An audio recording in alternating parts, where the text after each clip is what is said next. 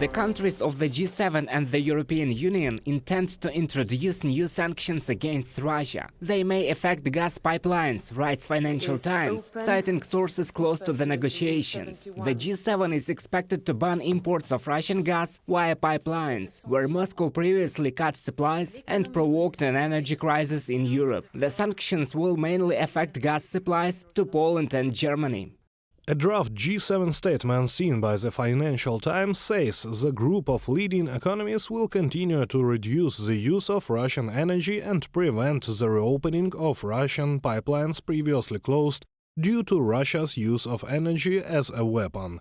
Henry Foy, David Shepard and Alice Hancock for Financial Times.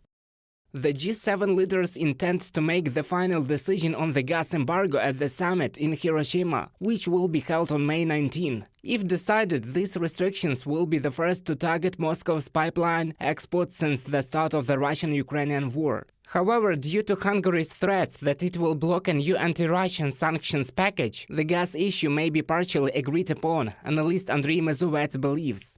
Нефтегазовые доходы России. Oil and gas revenues in Russia for this month of 2023 have decreased by half, even more than half, by 52% compared to the previous year. Even without a complete ban on Russian gas imports by pipeline to Europe, Russia's revenues are still falling. And what is important for us is that production is falling. And this is a much more serious challenge for our enemies than a temporary reduction in pipeline gas supplies. Because to return production to previous levels, and oil and gas will be quite problematic. The European Union is preparing an 11th package of sanctions against Russia to enable Moscow's attempts to circumvent restrictive measures. European Commissioner for Financial Services, Financial Stability and Capital Markets, Merit McGuinness, said that the Russian military machine is already suffering from a lack of finance and technology, which is causing Russia problems on the battlefield.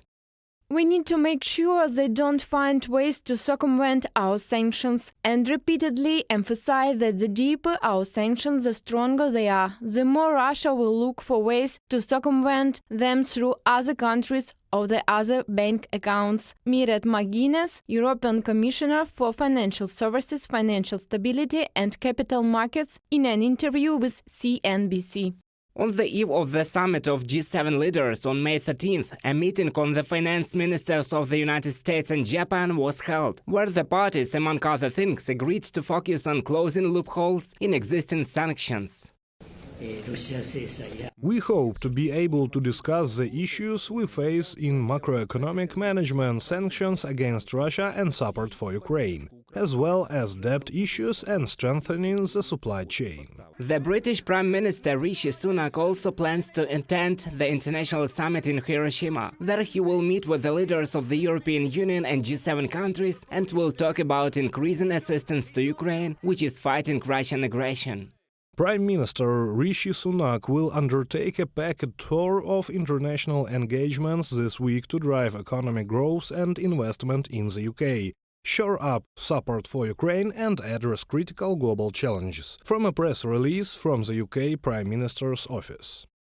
The day before, President of Ukraine Volodymyr Zelensky had a conversation with Rishi Sunak, during which the positions of the two countries were coordinated before the upcoming international events. Volodymyr Zelensky in particular said that the Russian occupiers are internally ready to defeat.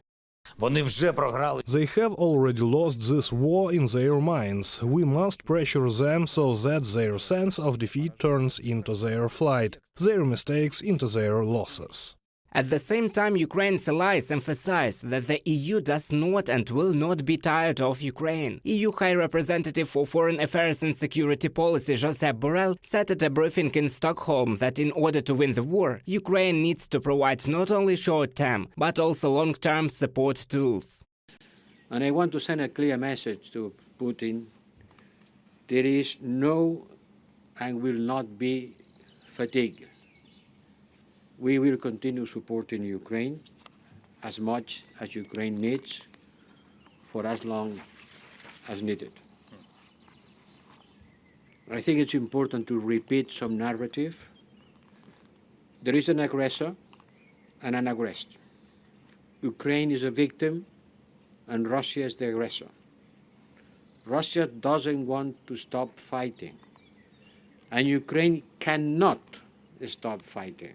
The head of EU diplomacy also said that the European Union would help Kyiv until the very victory and the return of all territories temporarily occupied by Russia.